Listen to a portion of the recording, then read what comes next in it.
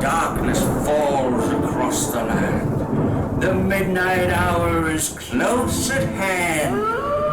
Creatures crawl in search of blood to terrorize your neighborhood. Now pray for the soul of this explorer. It's time for 31 days of horror.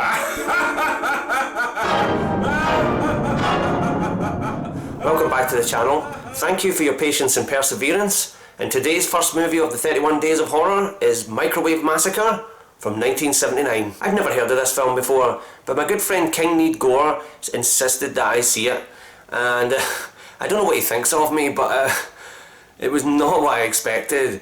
The plot to this film revolves around Donald, a middle-aged construction worker who is so tired of his wife's cooking that he beats her to death one night with a pepper grinder. After killing his wife, Donald gets the idea that the best way of hiding the evidence would be to result in cannibalism.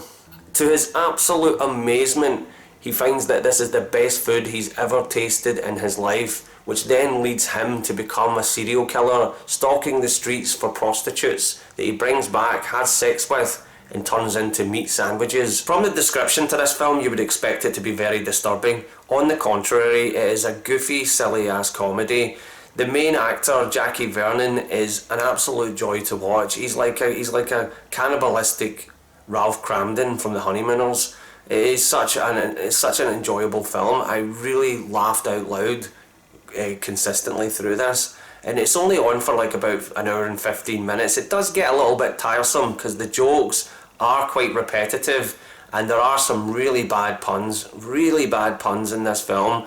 And I've got a penchant for really bad puns. I'm privy to them myself. I do make people cringe a lot of the times with some of the really awful jokes that I feel would land. I couldn't help myself but laugh at some of the preposterous moments in it. When he first tries eating his wife's hand, that is just, honestly, I was in stitches during that scene, and it all comes down to how great this lead actor is, Jackie Vernon, who I looked up after it, and I'd never heard of him before, and this apparently was his last film, and he'd actually been an actor and an entertainer for many decades, even working with Judy Garland and people like that. Honestly, this film really took me by surprise. It surprised me that KingNEEDGore recommended this one to me. I actually thought to myself, what kind of guy does he think I am? Because the movie has wall-to-wall topless women all throughout, even from the opening scene. The opening scene has this woman strutting down the street with her tight top on, and all the construction workers are all just like bleh, all after her. It really took me back to how sleazy the late 70s, early 80s was in cinema, especially in B movies such as this, where they don't have the budgets, they don't have the talent, and they just throw in as much nudity as they could. That was so prevalent in those days. I suppose it was the way of like, here we can get people into the cinema if they know there's going to be nude women all throughout it, and this movie really pushes that. But I was a bit concerned that KingNEEDGore thinks of me as a bit of a perv. You're a bit of a perv. You'll enjoy this movie. I never even got a chance to even mention that there is a microwave in this film, a giant oversized cartoon microwave where he places his victims and cooks them and then puts them into sandwiches, takes it to his construction site and gives it to his buddies, and they can't wait to try out his sandwiches because they're absolutely delicious. And there's just some absolutely ridiculous sight gags and jokes throughout this film. I was having such a good time. If you like weird B movies where you don't take anything seriously and you're just laughing at the preposterous stuff on screen, you're going to absolutely enjoy this.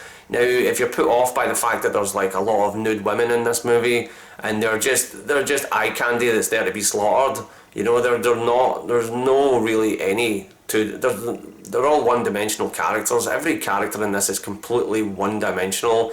Honestly, you get more depth from a Looney Tunes cartoon than you do in this one. I absolutely enjoyed this movie, and KingNEEDGore, thank you so much for recommending this to me. Anything you want to send my way, please do. I had such a good time with this. Maybe next time not so much breasts on the screen, because I was sitting in this room watching it and my partner walked in and she's like, "What are you watching? Are are you watching a dirty movie? And I was like, no, that was KingNEEDGore. It's all him. He recommended it. It's nothing to do with me. Sorry, I totally threw you under the bus there, and I apologise for that. But you know, I'm a perennial coward. What can I say? But thank you for recommending this to me. Any film you want to recommend to me, I'll take on board, because you've clearly got an understanding of what kind of crazed mind I've got. Thank you for watching the video. If you like the video, hit the like button. If you want to subscribe, hit the subscription button. Why do I have to be so patronising? I'm so sorry. But tune in tomorrow. If you like this, then tune in tomorrow. I'll have another horror review for you. Really nice talking to you. Bye bye.